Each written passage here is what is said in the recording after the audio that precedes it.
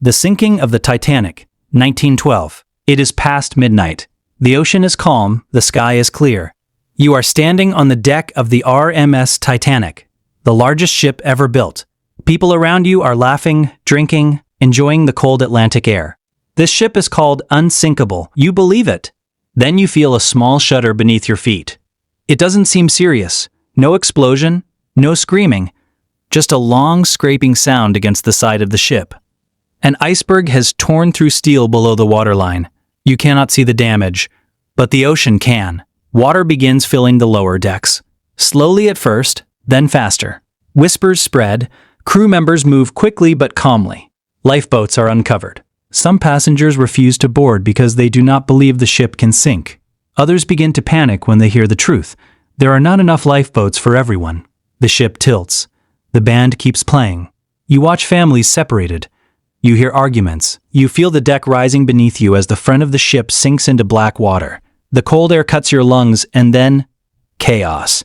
Within hours, the Titanic breaks in two. More than 1,500 people are left in freezing water so cold it stops the heart in minutes. The screams echo across the ocean before fading into silence. The ship that was supposed to prove human greatness becomes a grave. And the ocean closes over everything. The 1918 influenza pandemic. In 1918, a virus moved across the world faster than any army. The Spanish flu infected nearly one-third of humanity. It did not care about borders, wealth, or strength. What made it especially terrifying was who it killed. Unlike most flu strains, it struck young, healthy adults. People who felt strong in the morning could be dead by night. Lungs filled with fluid. Skin turned blue. Breathing became impossible. Hospitals overflowed. Doctors had no cure, no vaccine, and little understanding of what they were fighting. Entire families became sick at once. In many places there were not enough coffins. Mass graves became common. Cities closed schools, churches, and businesses. Streets fell silent. By the time the virus slowed down, at least 50 million people were dead. Some experts believed the number was even higher. The world had just survived a brutal war, and now an invisible enemy was finishing the job. Survival often came down to isolation and luck. The pandemic proved that the smallest threats can cause the greatest devastation. The Great Depression, 1929-1939. In 1929, the stock market crashed, and the world began to fall apart financially. The Wall Street crash of 1929 triggered the Great Depression, a global collapse that lasted nearly a decade. Banks failed overnight, life savings vanished. Businesses shut their doors. In some countries, unemployment reached 25% or more. Parents who once provided comfortably now stood in breadlines for hours. In the United States, farmers faced another disaster, the Dust Bowl, where massive dust storms destroyed crops and buried homes. Families packed their belongings and moved west in search of work that barely existed. Hunger became common even in wealthy nations. The fear was constant and heavy. It was not a sudden explosion, but a slow, grinding loss of security. People lost homes, dignity, and hope. Suicide rates rose. Children grew up watching their parents struggle daily.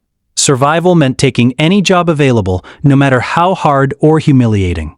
The Great Depression showed how quickly stability can disappear, and how fragile economic systems truly are. The Bengal famine, 1943.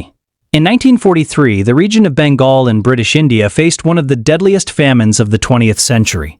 The Bengal famine of 1943 was caused by a mix of crop failures, wartime policies, inflation, and poor distribution of food. Rice became too expensive for millions to afford. Food existed in some areas, but it did not reach those who needed it most. Villages emptied as starving families walked towards cities hoping to find help. Many collapsed on the roadside. In Calcutta, the streets filled with skeletal bodies. Children with swollen stomachs cried beside parents too weak to move. Disease followed hunger. It is estimated that around 2 to 3 million people died. The famine was not caused by one single disaster, but by a chain of failures that allowed suffering to grow unchecked. For those living through it, survival meant finding a handful of rice in a world that had none to give. The Great Chinese Famine, 1959 to 1961.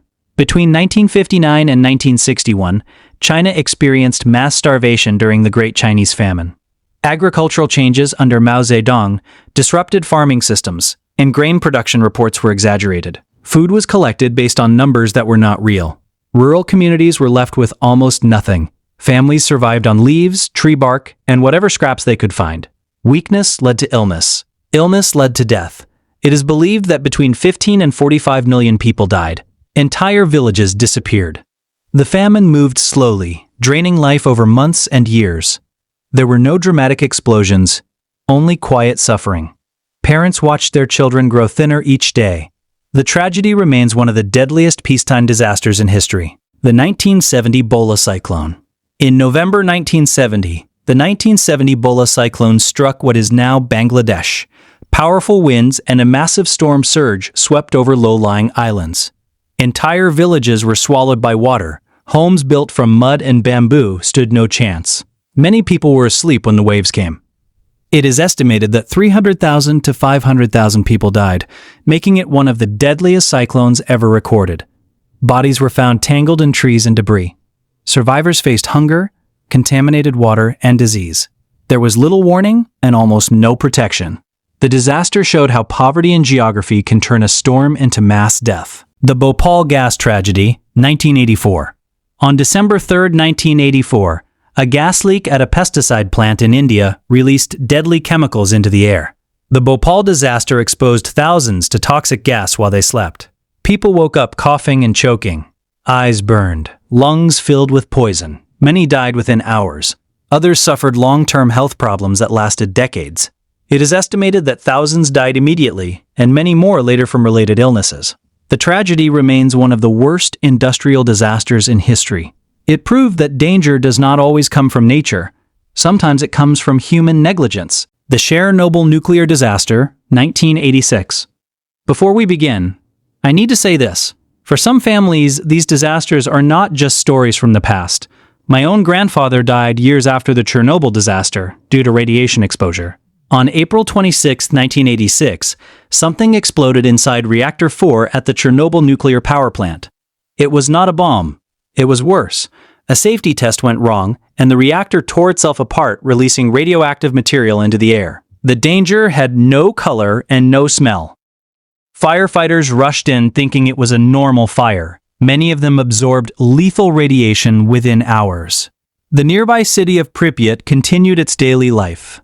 The next morning, children went outside. People stood on balconies watching the strange glow in the sky. They did not know they were breathing poison. The evacuation came too late for many. Thousands developed cancers and long-term illnesses. A large exclusion zone was created, forcing over 100,000 people to leave their homes forever. Even today, entire neighborhoods remain frozen in time. Toys on floors, dishes on tables, silence everywhere. The Chernobyl disaster showed how one mistake can contaminate land for generations. The explosion lasted seconds.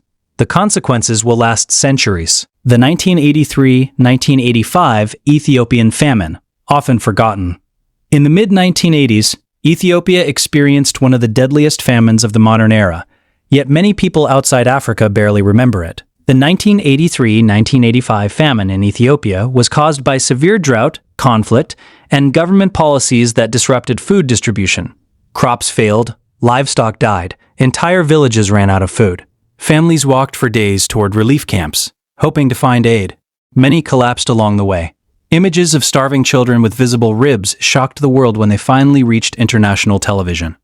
It is estimated that around 1 million people died. Hunger weakens the body slowly. It makes every step heavy. Disease spreads quickly among the malnourished. For many, survival depended on reaching overcrowded camps where food and clean water were limited. The famine showed how natural disaster combined with political instability can turn a crisis into mass death. It was not a single dramatic event. It was months of slow suffering that the world noticed only after the damage was done. The Rwandan Genocide, 1994. In April 1994, Rwanda fell into darkness. After the president's plane was shot down, extremist groups began targeting the Tutsi minority and moderate Hutus. What followed was the Rwandan Genocide, one of the fastest mass killings in modern history. In just 100 days, around 800,000 people were murdered. This was not distant warfare. It happened in neighborhoods. Radio broadcasts encouraged violence. Roads became checkpoints of death. Many families hid in churches and schools, believing they would be protected. In many cases, they were not. Survival meant hiding in swamps for days without food, pretending to be dead, or running across borders into refugee camps. The speed of the violence overwhelmed the world's response. Entire communities disappeared. The genocide showed how quickly fear and hate can spread when fueled by power and propaganda. It was not a slow disaster. It was a storm of violence that tore through a country in weeks and left deep scars that remain even today.